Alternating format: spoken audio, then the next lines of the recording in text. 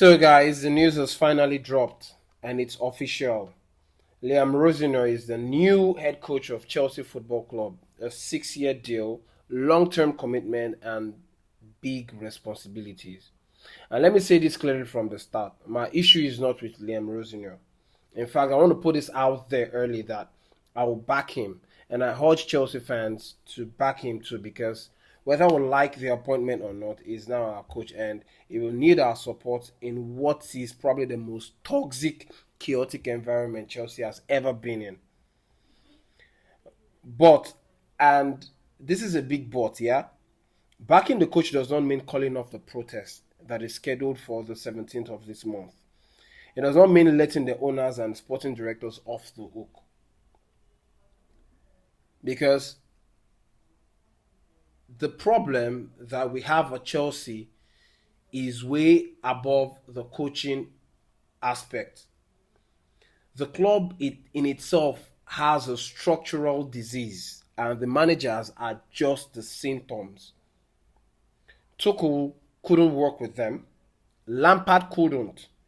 Pochettino clashed with the structure, and Maresca ran into the same wall. These are people with different personalities, different coaching styles, and yet same outcome. So when people tell me that maybe the coaches are the problem, I ask how many times does the same story have to repeat itself before we look above the coaching offices? Sporting directors with no elite pedigree, owners obsessed with control, models, and optics, and a football club that is being run like a hedge fund experiment. And that won't magically change just because we have Liam Rosenior walking through the door or because we have Rosenior in the block. Now, listen to what Rosenior said in his first press conference. He said, I'm extremely humbled and honored to be appointed head coach of Chelsea Football Club. This is a club with unique spirit and a proud history of winning trophies. My job is to protect the identity and create a team that reflects these values in every game we play as we continue winning trophies. To be entrusted with this role means the world to me, and I want to thank all involved for the opportunity and faith in undertaking this job. I will give everything to bring the success this club deserves. And even though I know it's PR and it's scripted and all that, what matters most to me is the fact that it didn't talk about the project, it didn't talk about the processes, it talked about the identity and winning. And whether he's going to be able to match the expectation that this club demands and have set remains to be seen. It sounds like someone with a very good head on his shoulder and someone who's grounded and has respect for the badge. And honestly, I can only wish him well. But this is where I have to be honest with you. If you ask me whether I think Liam Rosenior can bring sustained success to Chelsea, my honest and truthful answer is that I highly doubt it. Not because he's incompetent and not because he lacks ideas but the fact that the environment he is walking into will not give him the room to blossom, to deliver success. The real question is not can Rosenior coach. The real question is will the people above him allow him coach? Will he be allowed to pick his team? Will he be allowed to decide minutes, manage returns from injury, and shape the squad that fits his identity, fits his philosophy? Or will he face the same interferences Maresca faced? Because if this goes south, and believe me, I hate to say this, I don't want to be the bearer of bad news. It just might still. And if it does, heads needs to roll. And it shouldn't just be ease. One thing I'll give Rosenior credit for is is that he's a very good man manager. Players respond to him, and he plays expansive front foot football. He encourages is one up from what I've seen with Strasbourg, is one who encourages expression, and that's where some optimism comes in, because I believe that under him, I genuinely think that players like Cole Palmer, Esteval, Delap, and Joao Pedro will develop, thrive, and flourish, and to a good level. They'll try as much as it will bring consistency out of these players. We've seen Palmer explode under Pochettino. Rosenior can also unlock that again, and if he's allowed to. But again, style is irrelevant if autonomy doesn't exist. So let me be clear, okay? I'm just going to be clear with this one because, like I said, I'm going to support and back the coach, back the players, but do not stop the protest. Because if fans go quiet, the people responsible will hide behind Rosenior. This isn't about sabotaging the team, it's about saving the club. Chelsea was built by standards, by accountability, and by ambition. And right now, that ambition is missing at board level. Okay, so elsewhere, Manchester United have finally sacked Ruben Amorim. And honestly, guys, I'm shocked it took this long because his football has been awful. Okay, and the arrogance in press conferences is even worse, especially after the Leeds game. That tone was unacceptable. Where he said he's not there to, yeah, I'm not here to coach. I'm not here to be the head coach. I'm here to be the manager. I think most of these big clubs are now drifting away from the path of having a manager. Rather, they're replacing managerial offices with head coach. Okay, and the irony of all this is that he even outlasted Maresca.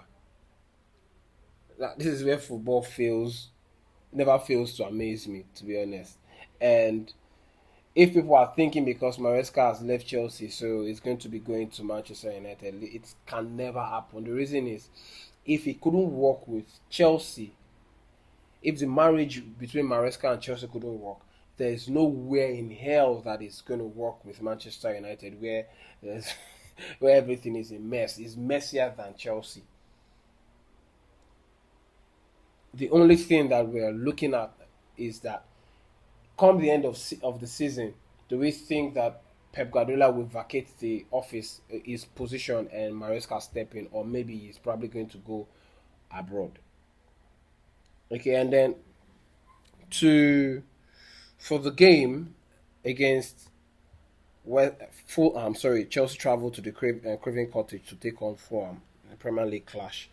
Okay, I'm just gonna give you guys my lineup. This video is coming earlier than the press conference, so I really wouldn't know who's available for play. Plus the fact that we have people and above the coaching level that selects or pick the team or the squad to face any team. So yeah, this is my lineup. Sanchez in goal. Reece James, Fofana, Chaluba, and Hato will form the back four.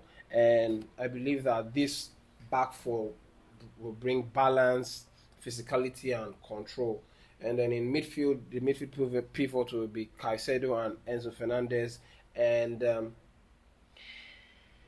this is representing, or should give, energy and progression and no overtinkering. And then in up just ahead of them, we have Cole Palmer. And I want to see Cole Palmer is productivity. Okay, his output is dwindling, is decreasing. I don't know. Probably maybe he's been he has a handbrake on him or something. I really do not know, but I think that, like I said, the appointment of Liam Rosenior, that's the positive side of it, will bring some sort of new life to Palmer and allow him express himself as well as the rest of the players that I mentioned earlier. So Palmer will play just ahead of Caicedo and Enzo Fernandez, and the front three of Neto, Joao Pedro, and Garnacho. Pace, directness, and fluidity. And then in the bench we have Delap, Esteval, Gittins, and this should bring impact off the bench. Simple, no chaos, and just functional. So I'm just going to wrap up with this. I'm going to say that Liam Rosenior didn't create this mess, but he's walking right into it, and we've just got to back him. I'm not telling you guys what to do and how to feel and how to react. I'm just saying that this is just someone who's been hired, okay, to carry out a job, okay. The people who's hired him are the people that we need to go after because they are the ones that have created the mess that Chelsea find itself. We've never seen so much mess like we are seeing today. So what I'm saying is that we need to back him, and then I hope he proves me wrong. I want him to succeed. Above everything, I want him to succeed, and I want him to take Chelsea to the promised land. Okay, and if he can do that, then he's going to have Chelsea fans behind him. But Chelsea Football Club will not heal until accountability, okay, starts at the top. And until then, we just need to keep airing our voices. We need to keep speaking up. And that starts not just on the day of the protest, which is the 17th, starts now. Okay, I'm also going to give my predicted score for this game. I'm thinking Chelsea 3, Fulham 2. It's also Arsenal versus Liverpool in midweek game, and I think that Arsenal is going to be 2, Liverpool 2.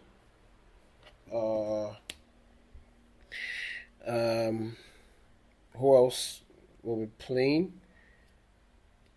Quickly check. Hang on, guys.